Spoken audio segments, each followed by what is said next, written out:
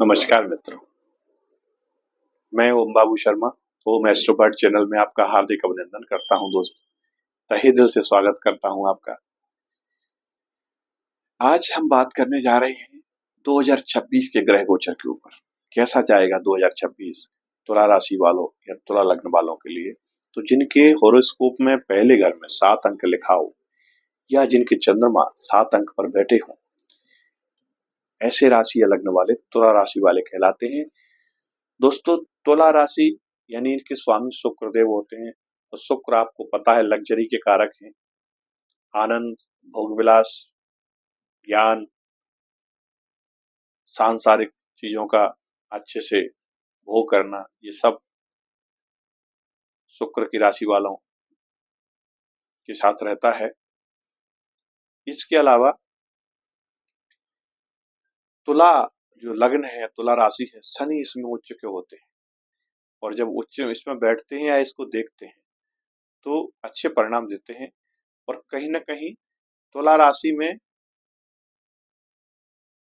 शनि सुख भाव के भी कारक हैं और 5वें घर के भी मालिक हैं। यानी एक मूल त्रिकोण का घर मिला हुआ है और एक केंद्र का घर मिला हुआ है। तो शनि अति कारक होते हैं और इस समय गोचर कर रहे हैं मीन से, यानी कि आपके 6वें भाव से। तो अपने घर से शनि दूसरे हो गए हैं या फिर तीसरे हो गए, क्योंकि एक घर इनका चौथा है और एक घर 5वां है। तो वहां से एक घर आगे बैठ गए। 5वें से एक घर आगे मतलब दूसरा हो गया। 5वें का मतलब 5वें का सुख यानी संतान का सुख। और यदि चौथे से देखें तो चौथे से तीसरा, यानी कि सुख भाव का से तीसरा। तो कुल मिला के योग कारक है। ये जो समय है आपके लिए बड़ा अच्छा समय है दोस्तों।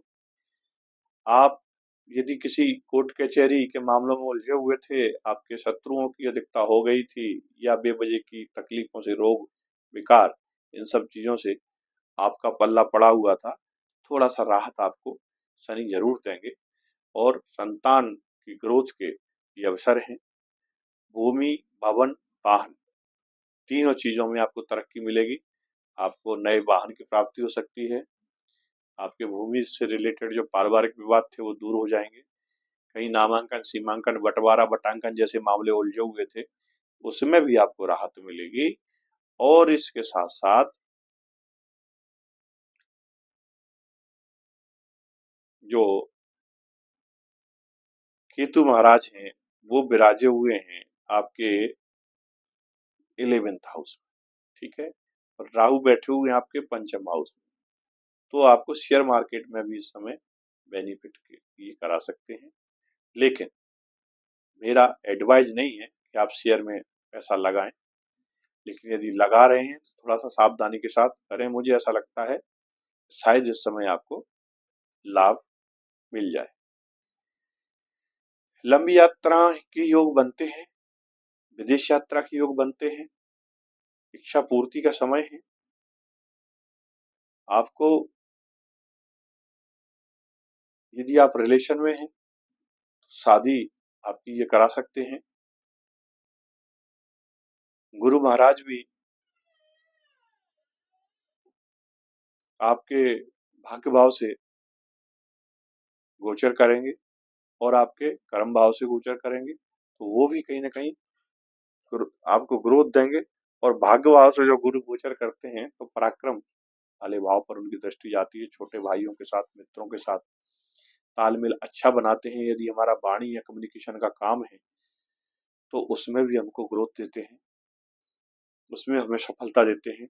यदि हमारा सॉफ्टवेयर से रिलेटेड कोई काम है, ऑनलाइन का कोई काम है, ट्रांसपोर्टेशन का काम है, इन सब में गुरु हमको ग्रोथ देंगे। तो दोस्तों, विष्णु सहस्त्रनाम का पाठ करिए, हनुमान चालीसा का पाठ करिए, शनि मंदिर जाते रहिए। ये जो गोचर है आपके लिए बहुत लाभकारी हो जाएगा। विदेशों से यदि आप कोई एक्सपोर्ट इंपोर्ट का काम करते हैं तो वहां से आपको बेनिफिट मिल जाएगा। यात्राएं जरूर होंगी लेकिन लाभदायक होंगी। थोड़ा सा जब 11वें घर से केतु गोचर करते हैं तो इनकी जो 5वीं दृष्टि जाती है वो जाती है आपके छोटे भाई बहनों के घर पर। तो कई बार छोटे भाई बहनों से ये झगड़ा करा देते हैं, मामला खराब करवा देते हैं। उस पर थोड़ा सा आपको देखना है और ये ऐसी स्थिति परिस्थिति पैदा ना हो, उसमें थोड़ा सा आपको ध्यान देने की जरूरत है। व्यापार के लिए ये समय आपका ठीक है। नौकरी के लिए भी ये समय बहुत अच्छा है। गुरु आपको ग्रोथ दिलाएंगे, भाग्य भी आपको साथ देगा। पद, प्रमोशन, प्रतिष्ठा, मान सम्मान ये सब मिलेगा। बॉस लोगों के साथ थोड़ी सी ट्यूनिक बना के रखना है, क्योंकि केतु जब इधर जाते हैं 11th में, ये कई बार बॉस लोगों से आर्गुमेंट करवा देते हैं। उसकी वजह से जो हमारा वर्क प्लेस है वहाँ हमको माहौल थोड़ा सा नोक-झोंक वाला हो जाता है। तो उस नोक-झोंक का माहौल ना बने, आपको कार्यों में तरक्की मिले, इसके लिए थोड़ा सा पेशेंस आपको रखना होगा। मित्रों, शिव जी की आराधना भी, हनुमान जी की आराधना आपके लिए बहुत फायदेमंद है। कम से कम 7 बार हनुमान चालीसा का पाठ करें नित्य आप, आपको बहुत बेनिफिट होगा। शनि मंदिर जाएं, गरीब लोगों को दान करें, उनकी दुआएं आपको मिलेगी। और जब उनकी दुआएं आपको मिलेगी तो आपका 2026 बहुत अच्छा जाने वाला है। मिलते हैं दोस्तों अगले वीडियो में। चैनल को सब्सक्राइब नहीं किया हो तो प्लीज इसको सब्सक्राइब जरूर कर लें। अगले विषय के साथ फिर मुलाकात होगी, तब तक के लिए जय हिंद। माता पिता की सेवा करो दोस्तों, गौ माता की सेवा करो और देश हित में कार्य करो। यही मेरा आपको मैसेज है।